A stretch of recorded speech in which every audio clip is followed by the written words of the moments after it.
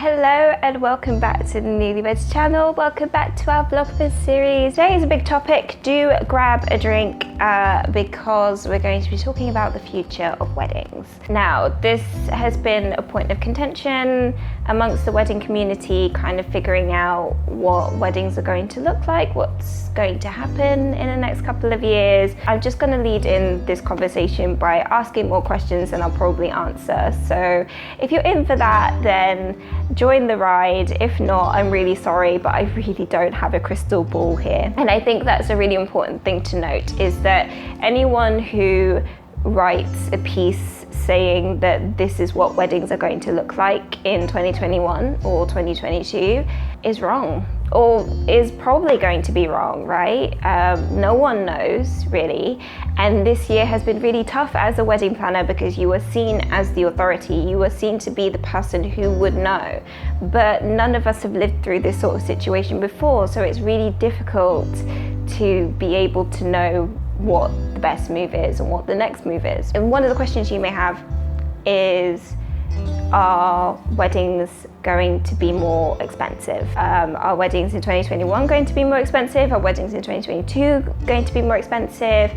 If suppliers are making up for their losses, are they going to raise their prices astronomically? What is the situation here? My personal feeling on this, and from being in the wedding industry and for working with other suppliers, is that everyone raises their prices every year generally. This is just in line with inflation. It's the same way that, you know, the price of stamps goes up and the price of milk goes up. Like, it just goes up with inflation year on year. That's just a normal part of economics and life. Particular situation, you're dealing with an industry of small businesses, sometimes family businesses, more often than not solopreneurs or sole traders. So I'm a sole trader. I'm responsible for myself and I work with freelancers. That is a different kind of dynamic than a traditional kind of big conglomerate or big business, right? When it comes to kind of predicting if weddings will increase, I don't think personally that they're going to increase beyond what they would have increased to anyway. And the reason being is that I think suppliers are very aware of not pricing themselves out of the market. It makes sense to raise your prices a little bit and try to recuperate as much as you can, but for what I can see in the industry so far, most people are going down the route of finding other sources of income. So maybe starting a passive income stream like I did with Venues by Nulyweds. So that is my venue finding platform. That came out of this year, right? And that is a source of passive income for me. I think that suppliers are just going to split their services more. So they're going to find new ways of earning income, and that is how they're going to support their businesses. It could mean that they take on less couples in service of the other things that they do. It could mean that they take on more couples than they would ordinarily do and not do any extra things, just try to make it up with double the quantities of couples that they work with. So there are lots of variables here, but my short answer is I don't think that weddings will be that much more expensive. So the next question that we're all asking ourselves about the future of weddings is the guest list. So will we be seeing much smaller guest lists in the next 2 years of weddings, or maybe even 5 years, or maybe forever? Do we think that wedding events are going to become much smaller? And I think for the necessity of COVID, it was necessary for it to be much smaller. And to a degree, we have seen the benefits of having smaller weddings. So I've always done relatively smaller weddings.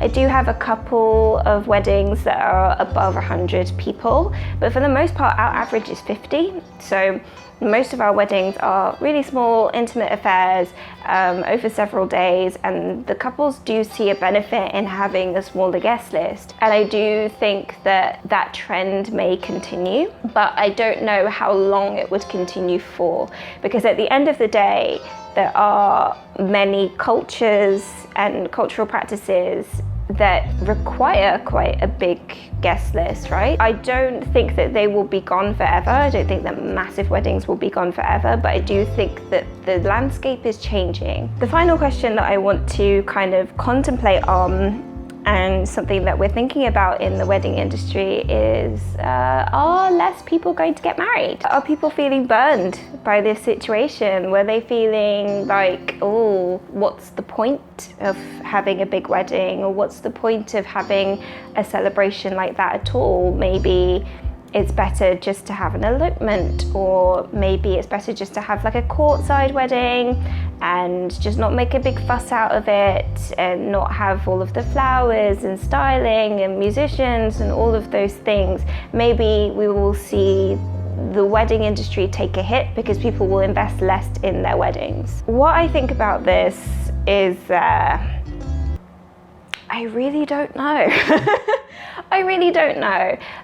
From my personal standpoint and from my personal lens into the wedding industry, I haven't had any less inquiries this summer. I really thought I would, but I'm still averaging quite a high number of inquiries per week. A lot of people still want to get married, even in 2021. I did book a fair few new weddings this summer, so it is possible that people are kind of seizing the day. This is my hope, right?